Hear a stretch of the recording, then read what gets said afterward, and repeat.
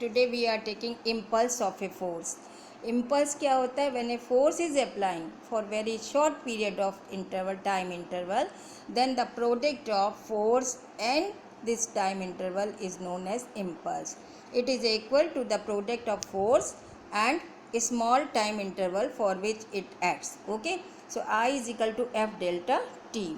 Now I is equal to F delta t, and force you know mass into acceleration, and acceleration you know the rate of the change of momentum, so rate of change of velocity. So delta v upon delta t will cancel out. So simple, your impulse will come mass into change in velocity, m into v minus u, or change in momentum. So if any numerical, if you will calculate change in momentum, so it will also equal to the impulse. Here so many examples which is based on this impulse we can see. First example, when cricketer is taking catch, अपने हाथ में लेने करता है तो वो कभी भी हाथ आगे बढ़ा के नहीं लेता है, मूव्स हिज हैंड्स बैकवर्ड. वो ऐसा इसलिए पीछे करता है क्योंकि इम्पल्स जो है वो हमारा फोर्स इंटू डेल्टा टी. अब ये जो है इसमें से एक चीज़ बढ़ाओगे तो ये इसको कांस्टेंट रखना है, तो हमें क्या होगा, दूसरी चीज़ कम होगी. तो अब हम जब हाथ पीछे करते जा रहे हैं तो हाथ पीछे करने में क्या हो रहा है, वो जो बॉल आ रही है वो यहाँ तक आनी, हाथ आगे बढ़े में तो अब और पीछे तक आएगी, तो यहाँ तक आने में उसका क्या होगा, ऑटोमेटिकली टाइम बढ़ जाएगा. जब टाइम बढ़ जाता है तो उस पर लगने वाली जो उसकी फोर्स होती है वो कम लगती है, तो उससे उसके हाथों में चोट लगने के चांसेस कम हो जाते हैं.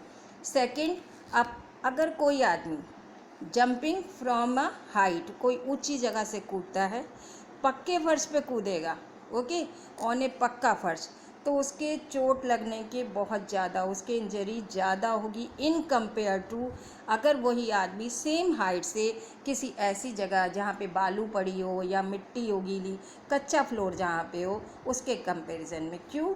क्योंकि वो मिट्टी के अंदर, बालू के अंदर धंसेगा, जाएगा, टाइम बढ़ेगा, तो टाइम बढ़ने से क्या होगा, उस पर जो फोर्स की वैल्यू जो होती है वो कम होने लगती है. ओके, इसी तरीके से हमारा तीसरा कि व्हीकल्स लाइक जो कार, बसेस, जो स्कूटर्स होते हैं, इनमें सब में आपने अच्छे से नाम सुना होगा कि शॉकर्स होते हैं. वो शॉकर्स क्या काम करते हैं, जब भी कहीं जर्क लगता है तो उस जर्क को उस बॉडी में जो उस बैठे हुए लोग हैं उन तक पहुंचने में उसमें टाइम लगा देते हैं, कि जिसकी वजह से हमको झटके कम लगते हैं. और यही चीज़ हमारी जो ट्रेन्स, बोगीज़ जो होती हैं ट्रेन में, उसमें बफ़र प्रोवाइड किया जाता है. वो बफ़र ऐसी डिवाइस होती है जो ट्रेन को लगने वाले जर्क हैं, झटके जो हैं, उनके इफ़ेक्ट को कम कर सके. So this is related to our impulse of a force. Now I am taking numerical also related to impulse. Okay, so now first is a bat deflects a man by an angle of 45 degree. Okay, then without changing its initial speed, which is equal to 54 kilometer per hour, what is the impulse imparted to the ball. अब ध्यान दीजिए कि एक Batman जो है उसके वो जो बॉल आ रही है वो 54 किलोमीटर पर आवर से आ रही है, और वो जब आके टकरा के वापस जाती है तो उसके जैसे मान लीजिए यहाँ पे हमने बॉल की डायरेक्शन दिखाई, ऐसे आ रही है, यहाँ पे बैट से टकराई है और टकराने के बाद ये वापस जा रही, तो ये टोटल एंगल जो है ये 45 डिग्री दिया हुआ है. ये इनिशियल वेलोसिटी और फाइनल वेलोसिटी, इन दोनों के बीच का एंगल जो है वो 45 डिग्री दिया हुआ है. और आपको बताना क्या है कि यहाँ पे कितनी देर का जो है इम्पैक्ट रहा, किस चीज़ का, इम्पल्स का जो है वो कितनी देर रहा बताना. तो अब दो तरीके हैं हमारे पास, या तो हमें फोर्स पता हो, टाइम पता हो. तो यहाँ नहीं पता, हमको सिर्फ वेलोसिटी पता है आने की, और उसने कहा जा भी रही है तो भी उसका मैग्नीट्यूड वही है, बट डायरेक्शन चेंज हो गई है. दोनों के बीच का एंगल 45 डिग्री. तो हम दूसरी चीज़ यहाँ पे चेंज इन मोमेंटम निकालेंगे, और ये ध्यान रखते हुए कि मोमेंटम एक वेक्टर क्वांटिटी है, तो हम चेंज इन मोमेंटम निकालेंगे. और चेंज इन मोमेंटम क्या बताएगा, हमारा इम्पल्स को बताएगा. Now how will we solve. यहाँ पे इस वाले हिस्से को हम जो है यहाँ पे ले लेते हैं. ये है इनकमिंग बॉल जिसका 54 किलोमीटर पर आवर दिया हुआ है. अब ये मान लीजिए हॉरिजेंटल, ये यहाँ से जब ये किक करके ऐसे जा रही थी तो हमने कहा था ना ये 45 डिग्री मानना है, तो इसको हमने यहाँ हॉरिजेंटल लाइन बना दी, तो हाफ हाफ एंगल हो गया. इसको हमने एज्यूम कर लिया ये थीटा डिग्री है. ये थीटा डिग्री। अब ये बॉल ऐसे जा रही है, जब हम इस इनिशियल वेलोसिटी को रिजॉल्व करेंगे तो एक इस डायरेक्शन में आएगा और एक इस डायरेक्शन में आएगा। ये दोनों एंगल सेम होंगे क्योंकि अल्टरनेट एंगल है, यानी ये वाली साइड और ये वाली साइड यू साइन थीटा होगी और ये यू कॉस थीटा होगी। अब यहाँ पे यही चीज़ देखो, ये you sine theta upward direction में होगी, okay, and you cos theta वो इस तरफ होगी, अंदर की ओर होगी क्योंकि बॉल ऐसे आ रही। अब जरा इस वाली का देखें, जो कि ऐसे जा रही है, अब बॉल वापस जा रही है, डिफ्लेक्ट होके जा रही है, तो बॉल अब ऐसे जा रही है और हॉरिजॉन्टल के साथ एंगल थीटा बना रही है। एंगल के साथ वाला जो है यू कॉस थीटा, उसकी डायरेक्शन ये है और यहाँ पे इसकी डायरेक्शन यू साइन थीटा है। अब ध्यान देना, यू साइन थीटा ये वाली इस वाले की वजह से है, इस वाले की वजह से यू साइन थीटा है, दोनों ही सेम डायरेक्शन में है, ओके।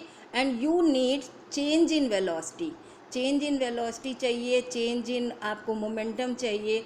तो चेंज इन मोमेंटम क्या होगा, इस डायरेक्शन में देखें वर्टिकल में, तो फाइनल मोमेंटम, इनिशियल मोमेंटम, ये दोनों जो कि अलोंग वर्टिकल एक्सेस, तो अब दोनों सेम डायरेक्शन में है, तो क्या हो जाएगा, M U sine theta minus M U sine theta, it will come zero.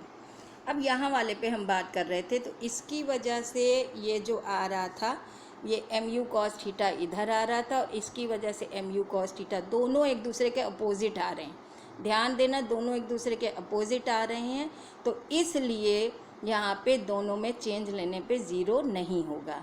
अब अपोजिट तो आ रहे हैं, लेकिन हमें लेना क्या है, चेंज इन मोमेंटम। तो पहले हमको फाइनल मोमेंटम लेना है, फिर इनिशियल मोमेंटम लेना है। हम इस डायरेक्शन में अगर पॉजिटिव मान के चलते हैं तो इस डायरेक्शन में क्या होगा, नेगेटिव होगा। तो इसी तरीके से हमारा जो बॉल का इम्पैक्ट आएगा वो minus M U cos theta आएगा और दूसरा एम यू कॉस थीटा ही रहेगा। तो एम यू कॉस थीटा जो है इस डायरेक्शन में है, तो माइनस माइनस क्योंकि चेंज लेना है तो 2 times M U cos theta होगा। अब आपको 2 वेलोसिटी जो है आप इसको कन्वर्ट करोगे 54 किलोमीटर पर सेकेंड को, सॉरी किलोमीटर पर आवर को, तो it will come 15 metre per second. So 15 will come, okay, and then you will put value of mass also.